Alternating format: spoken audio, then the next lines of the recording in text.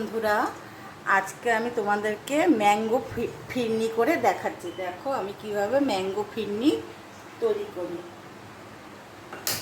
কড়াই বসিয়ে দিলাম।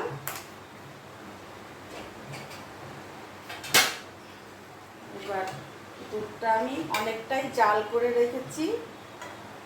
এবার কড়াইতে দুধটা আমি ঢেলে দিচ্ছি। এখানে 1.5 লিটার দুধ আছে। দুধটাকে আমি আর একটু ঘন করে নেব, তারপর তোমাদেরকে।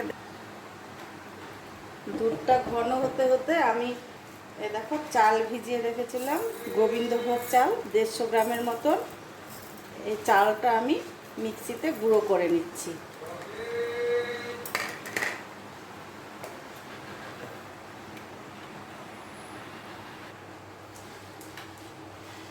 দেখো বন্ধুরা, দুধটা অনেকটাই ঘন হয়ে গেছে। আর চালটা আমি যে মিক্সিতে গুঁড়ো করলাম, দেখো মানে একদম মিহি করা যাবে না, এরকম দানা দানা থাকবে, দানা দানা করে করতে হবে। এবারে আমি এই চালের গুঁড়োটা দিয়ে দিচ্ছি দুধের মধ্যে।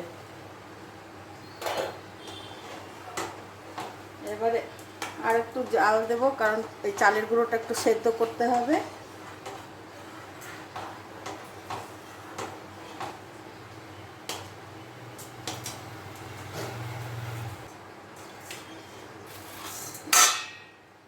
দেখো যে আমি আম কেটে নিয়েছি। এবার আমগুলো আমি মিক্সিতে দিয়ে দিচ্ছি। মিক্সিতে আমি আমগুলোকে একদম খুব সফট করে, একদম সফট করে তোমার পেস্ট করে নেব।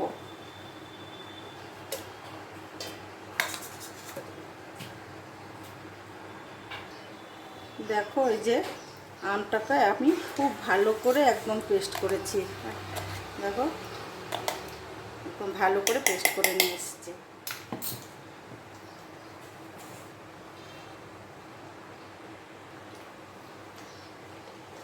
এদিকে আমার চালটাও, যে চালের গুঁড়োটা, সেটাও সেদ্ধ হয়ে গেছে, সেদ্ধ হয়ে গেছে। এবারে আমি এই যে চিনি দিয়ে দিচ্ছি, একটু অল্প চিনি দিচ্ছি, কারণ আম তো মিষ্টি, সেজন্য বেশি একটা চিনি লাগবে না, অল্প করেই দিলাম।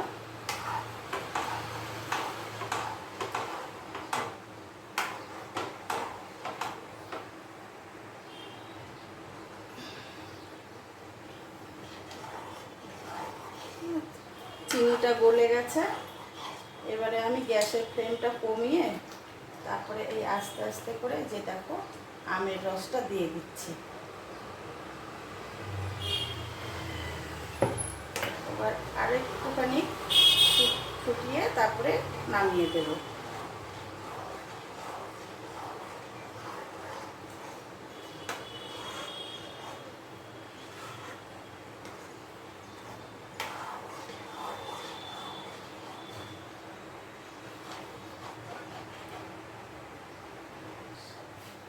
দেখো আমার আমের ফিরনিটা হয়ে গেছে।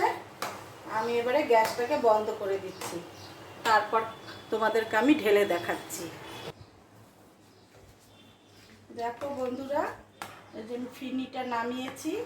এবার ফিরনিটা আমি দেখো বাটিতে বাটিতে ঢেলে দিচ্ছি।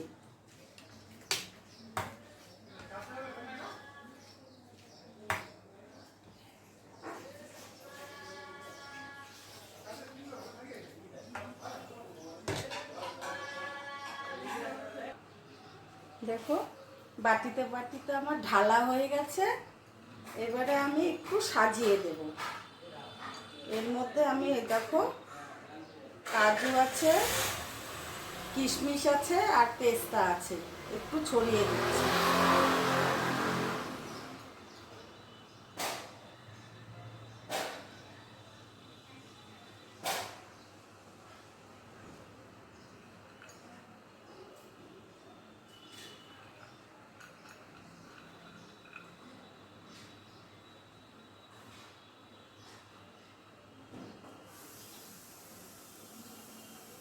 এবার আমি এর উপরে ঢাকা দিয়ে ফ্রিজে দিয়ে দেব, তারপরে ফ্রিজ থেকে বের করে তোমাদেরকে আবার দেখাচ্ছি। হ্যালো বন্ধুরা, দেখো এই যে আমি ফ্রিজের মধ্যে ম্যাঙ্গো ফিনিটা যে রেখেছিলাম, এখন আমি বের করলাম। এই 3 ঘন্টার মতন আমি ফ্রিজে রেখে দিয়েছিলাম, এখনই বের করলাম। তা আমি একটু দেখি খেয়ে কেমন হয়েছে।